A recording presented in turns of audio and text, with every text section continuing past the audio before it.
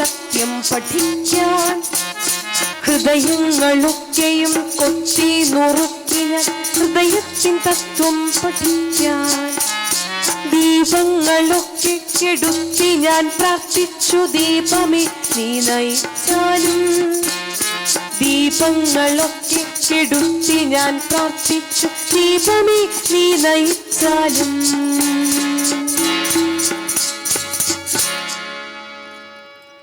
പ്രിയരെ, ഇതാണ് വർത്തമാനകാലം.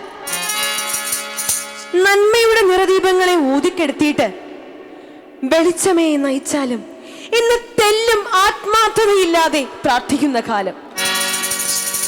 ഈ ഇരുണ്ട കാലത്തിന്റെ മുഖത്ത് നോക്കി ഇതാ ഒരമ്മയുടെ ഏറ്റുപറച്ചിൽ, കരുത്തുറ്റ വിശ്വാസ പ്രഖ്യാപനം.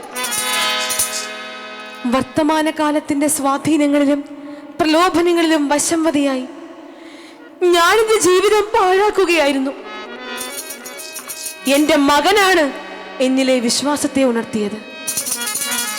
ഈ ആധുനിക യുഗത്തിലും എങ്ങനെ ദൈവോന്മുഖമായി ജീവിക്കാമെന്ന് എന്റെ മകൻ എന്നെ പഠിപ്പിച്ചു.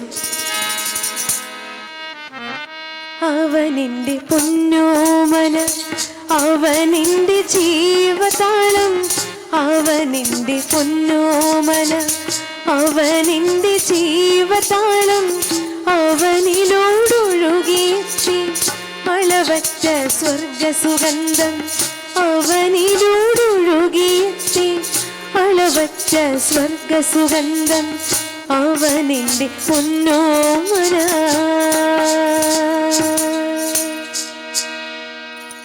ഞാൻ അവതരിപ്പിക്കുന്ന കഥ കാർലോ, ആധുനികതയുടെ വിശുദ്ധൻ. അമ്മ മക്കളെ സ്വാധീനിച്ച നിരവധി സംഭവങ്ങൾ നാം കേട്ടിട്ടുണ്ട്. എന്നാൽ ഇവിടെ മകൻ അമ്മയെ അട്ടിമുട്ടി മാറ്റിമറിക്കുക, വിശ്വാസ സത്യങ്ങളിലേക്ക് പറിച്ചു നടുക,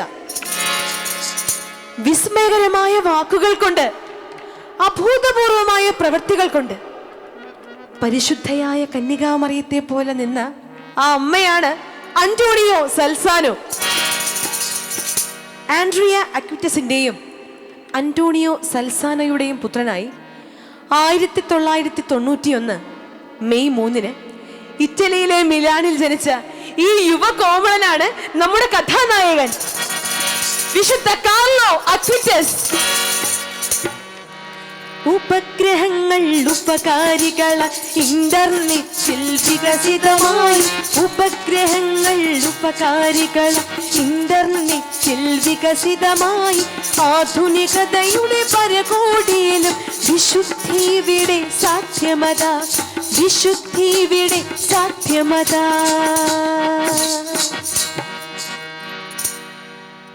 എന്ന് നിസ്സംശയം തെളിയിച്ച അത്ഭുത ബാലൻ.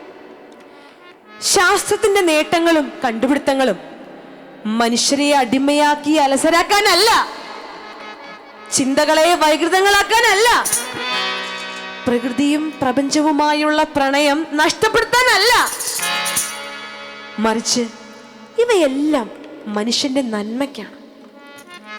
ആത്മാവിന്റെ വളർച്ചയും സ്വർഗപ്രാപ്തിയും ഈ വഴിയിലുമുണ്ട്, ഈ യുഗത്തിലും സാധ്യമാണ് എന്ന് ലോകത്തോട് ഉറക്കെ പ്രഖ്യാപിച്ച ഒരു ന്യൂജൻ ജൻസി യൂത്തൻ വിശുദ്ധൻ.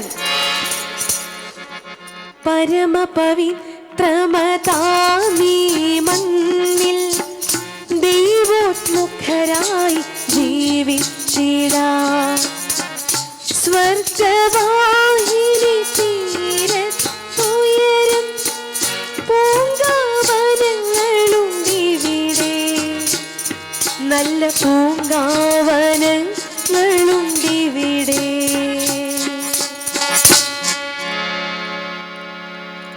അതത് കാലഘട്ടങ്ങൾക്കനുസരിച്ച് പഠിക്കാനും മാതൃകയാക്കാനും ദൈവം നമുക്ക് ഓരോ വിശുദ്ധരെ തരും. ഓരോ വിശുദ്ധരും ഓരോ പൂങ്കാവനങ്ങളാണ്. സുഗന്ധം ആസ്വദിക്കാൻ, ചാരത്ത് വിശ്രമിക്കാൻ, പ്രചോദനം ഉൾക്കൊള്ളാൻ, അനുകരിക്കാൻ. കാർലോയുടെ മഹത്വം ഒന്ന് കാണണം. കാർലോ പ്രണയത്തിലായിരുന്നു. അതേ സത്യം, കാർലോ പ്രണയത്തിലായിരുന്നു. വിശുദ്ധ കുർബാനയുമായി daily mass is my secret to contact Jesus every day. എൻ്റെ ഈശോയുമായി എല്ലാ ദിവസവും സംവേദിക്കാനുള്ള രഹസ്യമാർഗമാണ് അനുദിന ബലി. ഒരു 7-ാം വയസ്സുകാരന്റെ വാക്കുകളാണ് കേട്ടോ. 7-ാം വയസ്സിൽ ഒത്തിരി ആഗ്രഹിച്ചാണ് കാർലോ ആദ്യ കുർബാന സ്വീകരിച്ചത്. പിന്നീട് മരിക്കുന്നത് വരെ വിശുദ്ധ കുർബാന മുടക്കിയിട്ടില്ല. അതെ, കാർലോ വിശുദ്ധ കുർബാനയുടെ പ്രിയപ്പെട്ട കൂട്ടുകാരൻ. ചങ്കിലെ ചോരയാൽ പ്രാണനിലെഴുതിയ നീരിന്റെ പേരാണ് സ്നേഹം. ചങ്കിലെ ചോരയാൽ പ്രാണനിലെഴുതിയ നീരിന്റെ പേരാണ് സ്നേഹം. കനിപറ്റു വീഴുമീ സ്നേഹപ്രവാഹത്തിൽ നനവേറ്റെറുതുവായി പാഴ്നിലങ്ങൾ, നനവേറ്റെറുതുവായി പാഴ്നിലങ്ങൾ.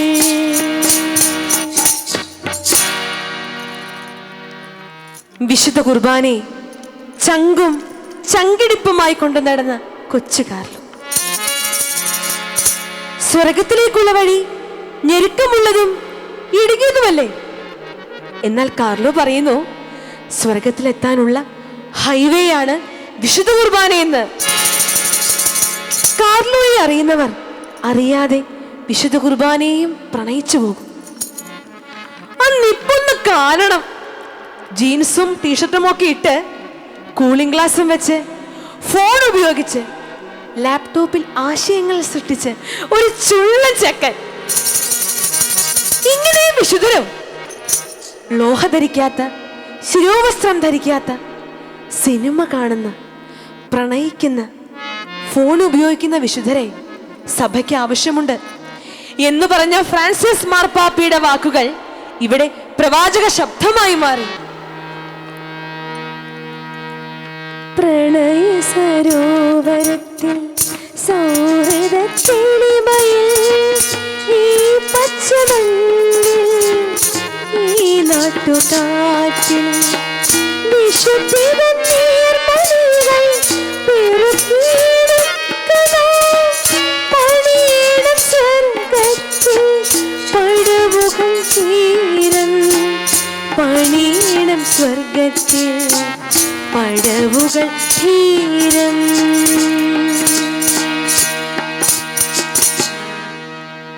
സുന്ദരനും കോമളനുമായ കാർലോയോട് പ്രണയാഭ്യർത്ഥന നടത്തിയ സുന്ദരിമാരോട് ഒരു ചെറു പുഞ്ചിരിയോടെ കാർലോ പറയും, sorry, I M already committed.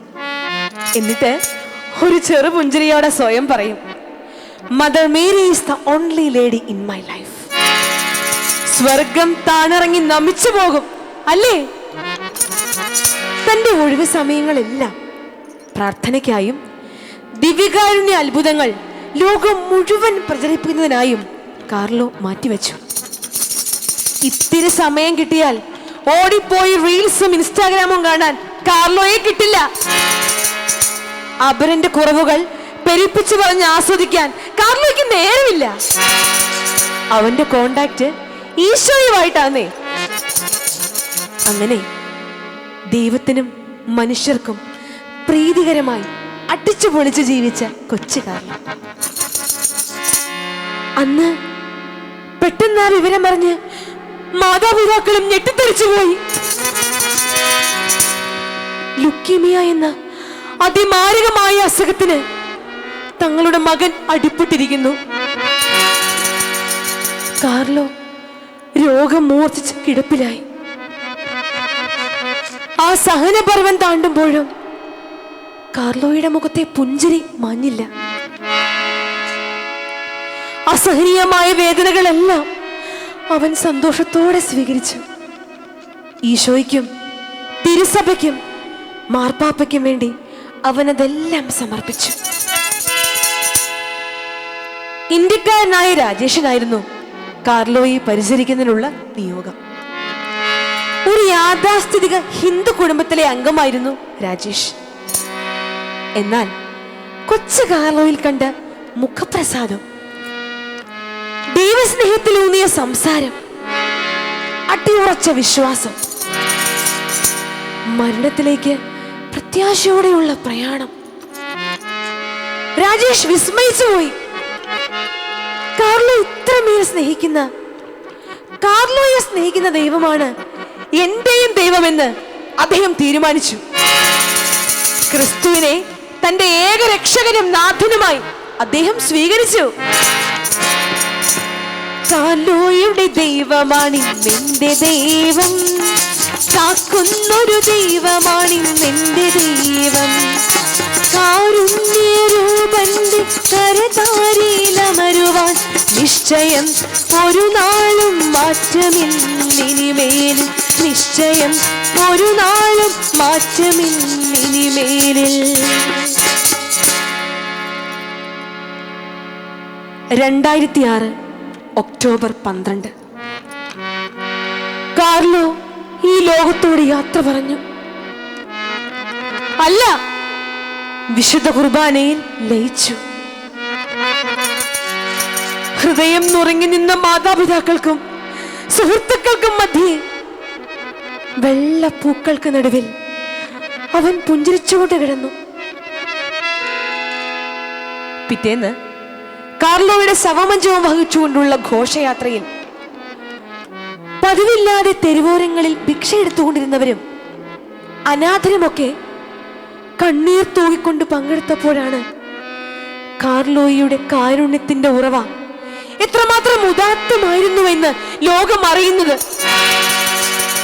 തന്റെ പോക്കറ്റ് മണിയെല്ലാം മിലാനിലെ തെരുവിൽ തണുത്തു വിറങ്ങലിച്ച് കിടന്നവർക്ക് ഭക്ഷണമായും കവർ ബെഡായും ആ കൊച്ചുമിടുക്കൻ നൽകുമായിരുന്നു. 2 ഷൂസ് വാങ്ങാനോ 2 ഉടുപ്പ് വാങ്ങാനോ പറഞ്ഞാൽ അവൻ ഒന്നേ വാങ്ങും.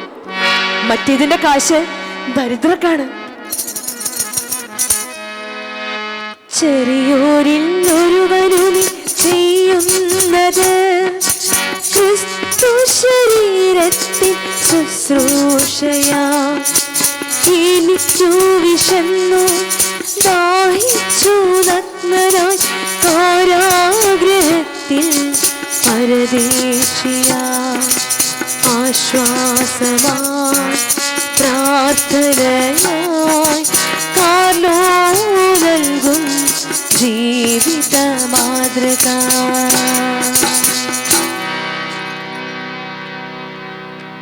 മരണശേഷം കാർലോ അമ്മയ്ക്ക് സ്വപ്നത്തിൽ പ്രത്യക്ഷപ്പെട്ട് പറഞ്ഞു, അമ്മേ, അമ്മയ്ക്കിനി ഒരു കുഞ്ഞുകൂടി ഉണ്ടാകും. എന്നെ വാഴ്ത്തപ്പെട്ടവനായി പ്രഖ്യാപിക്കും. അമ്മ പ്രാർത്ഥിക്കണം. കാർലോയുടെ ഈ പ്രവചനം യാഥാർത്ഥ്യമായി. താമസിയാതെ അന്റോണിയോ സൽസാനിക്ക് ഇരട്ട കുട്ടികൾ ഉണ്ടാവുകയും ചെയ്തു. അങ്ങനെ അവന്റെ കബറിടത്തിലേക്ക് ജനങ്ങൾ ഒഴുകിയെത്തി. കാർലോയുടെ മധ്യസ്ഥത്തിൽ സ്വർഗം അനുഗ്രഹങ്ങൾ വർഷിച്ചു. ദൈവകൃപ ഒഴുകിയിറങ്ങി.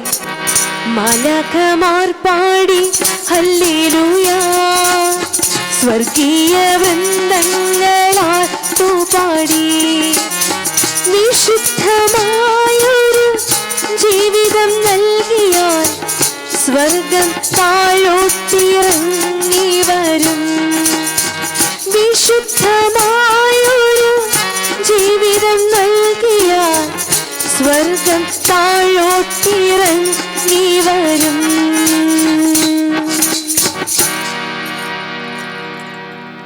പ്രിയരെ, കാർലോ അക്യൂറ്റസിന്റെ ജീവിതം അനേകം വിശ്വാസികൾക്ക് പ്രചോദനമായി.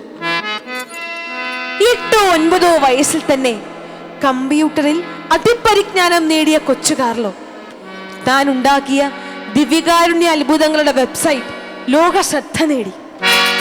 5 ഭൂഖണ്ഡങ്ങളിൽ അത് പ്രദർശിപ്പിച്ചു. കേൾക്കണോ?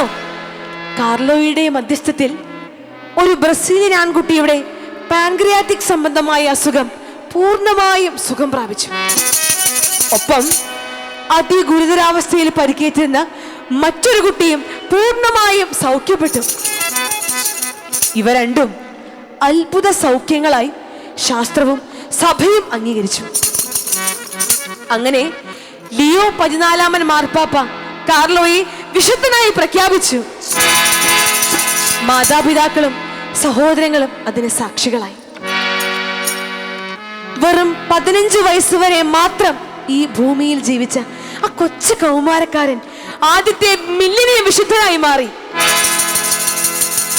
അത്ഭുതം എന്നത് കാർലോയുടെ മരണശേഷം കേവലം 20 വർഷങ്ങൾ മാത്രമാണ് വിശുദ്ധനായി പ്രഖ്യാപിക്കുവാൻ സഭയ്ക്ക് വേണ്ടി വന്നത്. അതെ, കാർലോ വിശുദ്ധ കുർബാനയുടെ പ്രിയപ്പെട്ട കൂട്ടുകാരൻ, അൾത്താരയിൽ വണക്കം ലഭിക്കുന്ന ചുള്ളൻ വിശുദ്ധൻ. കാർലോയ്ക്ക് 1-ാം സ്ഥാനം ഈശോയ്ക്ക് ഓർത്തു വച്ചോ കട്ടായം. 1-ാമതായി ഈശോ നിന്നാൽ മുന്നും പിന്നും നോക്കേണ്ട. 1-ാം സ്ഥാനം ഈശോയ്ക്ക് ഓർത്തു വച്ചോ കട്ടായം.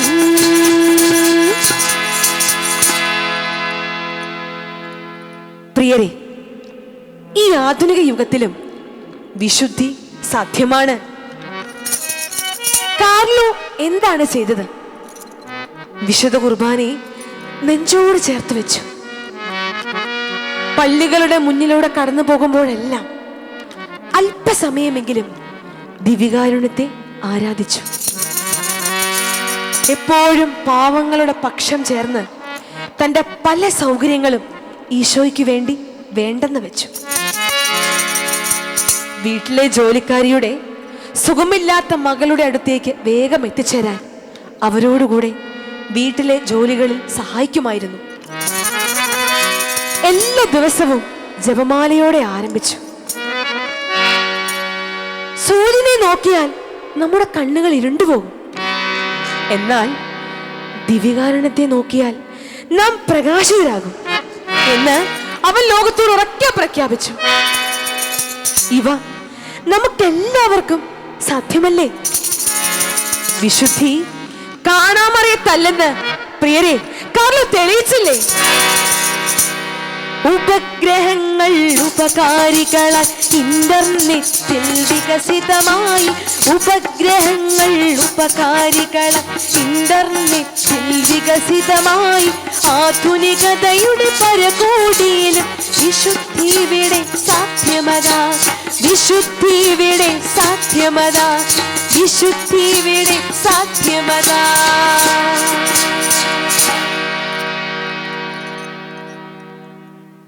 ഉപഗ്രഹങ്ങൾ ഉപകാരികളാൽ ഇന്റർനെറ്റിൽ വികസിതമായി. ഉപഗ്രഹങ്ങൾ ഉപകാരികളാൽ ഇന്റർനെറ്റിൽ വികസിതമായി.